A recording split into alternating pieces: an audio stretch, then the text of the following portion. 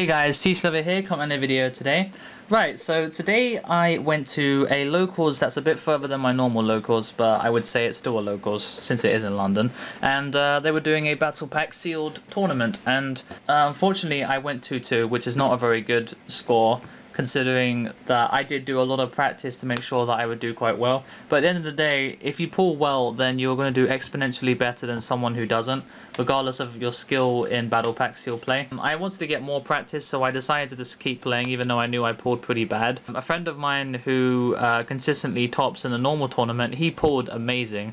Okay, he pulled stuff like 2 Monster Reborn, Graceful Charity, he pulled all these amazing stoppers, you know, battle position changes and stuff like that, really good. So I just want to go through the deck that I played today, and I kind of talked about certain cards. Basically I had a sort of theme that I could do, but I was very fortunate to pull a certain bunch of cards, but I tried to make them consistent as possible, but I think people caught on and they knew how to play around it and stuff, so it was a bit of a shame that I couldn't get it to work so well. I'll go through my deck. So yeah, so firstly I had Cyber Valley, and Cyber Valley was great because it's sort of general use, you know, everyone knows what it does.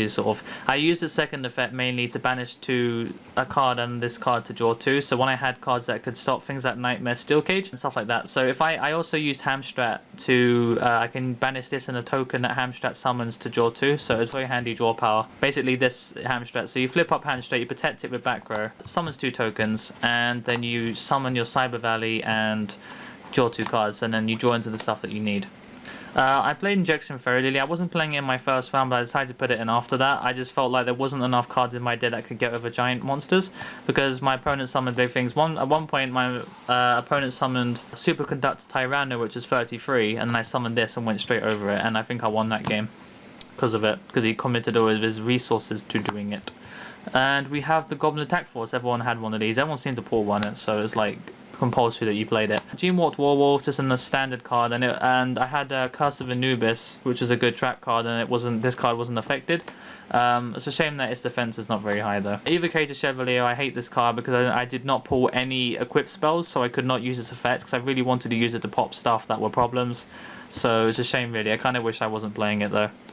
Chiron the Mage, the only kind of way you're going to hit back row by discarding useless spells. I pulled quite a few spells, so I thought playing this card would help, and it did. So I managed to actually hit a back row and then attack and stuff, and it was quite handy. Here's a few draining shields and stuff like that. Card Guard. I got ruled out that apparently if you summon this card and it gains its counter on it, you can't actually, if they attack it, you have to, it can't protect itself basically. You have to equip it, put the counter on a different card, and then that card can't be destroyed once. But the card itself, you can't use it to protect itself, so it's kind of sucks. It's just a 1900 vanilla, really. Doc Valkyria. I had 2 of these, and it's another way to destroy monsters.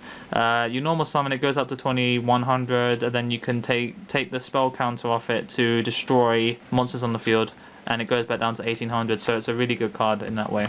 Beast King Barbaros. I used Hamstrat to summon this card multiple times with 3 monsters, so I attributed the 2 tokens and Hamstrat, which I protected with a back row card, and then tributed for this, and I managed to make multiple people scoot the minute I dropped this. I managed to hit like 6 cards at once, so it was my main win condition to play this card. I had Guardian Angel Joan, and it was just really crap, like really annoying.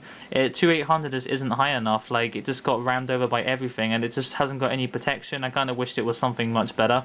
So I think that was one of the main reasons why I did so bad, because I just did not pull any decent big cards. I mean, I pulled Phantom Dragon, which was a really crappy card, and I pulled Chaos Hunter, which both of them rely your opponent's special summoning, and no one special summons except for like Monster Reborn or maybe Cyber Dragon or something. So you really rarely ever saw a special summon, so it was really dead in hand. So Beast King Barbaros though is, you know, amazing though. In steel play, it's by far the best card. Not by far the best card, but it's one of the best cards. And for spell cards, I got Forbidden Chalice, which I combined with Barbaros to summon it, and then they attack, and it gives you an instant 1500 point boost. There was no other combo in the game, I think, that can give you such a powerful boost at once in the damage step. I think there's stuff like Prideful Roar, but that's dependent on your opponent's attack, really. Book of Moon, use it to flip Hamstrat down and get more tokens, so that's handy. And Star Blast, I paid, you pay 2,000 and then you summon a Barbaros or you summon Joan, so it was pretty handy. Nightmare Steel Cage, I put this in after my second game because I realized that I didn't have any real way to stop attacks because I just didn't have enough trap cards or spells or whatever. So I used this basically to buy some time so I could actually set up my combos, and it did help. Fiend Sanctuary, I use this basically as Chiron the mage fodder. I just discarded and then, or I use this if they attacked one of my tokens, I could use this to summon the third monster I needed for Barbaros, and I can do that.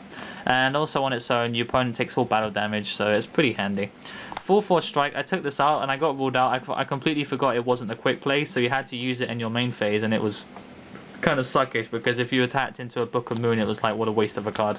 Didn't really like it that much. I guess Half Shut. Really handy, 1v games. Your opponent that you select a card on the field, a monster on the field, and it can't be destroyed by battle this turn, but its attack points are halved. So if your opponent's going crazy, then you can activate this on a Hamstrat or something. It wouldn't die, so very handy. Or Barbaros or whatever you wanted. And my 2 power cards I pulled was Graceful Charity and Monster Reborn. Obviously they go together very well. So you draw into your Barbaros, so you draw into your Joan, and you discard it with Graceful Charity or anything like that, and then you reborn it back. So it was a really easy way to summon a big beater, but to be honest, it was my only 2 power cards that I drew. I'd rather wish I got something like Polar Duality or something like that, but it happens, so blah blah blah.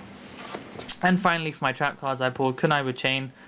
Really cool because you get to activate both effects, so you can switch the attacking monster into defense mode, and then your monster gains 500 attacks. So it can make all of your small level 4s into like 2,000 something beaters. So very very handy, and it makes your opponent's monster in their weakest position. So pretty good.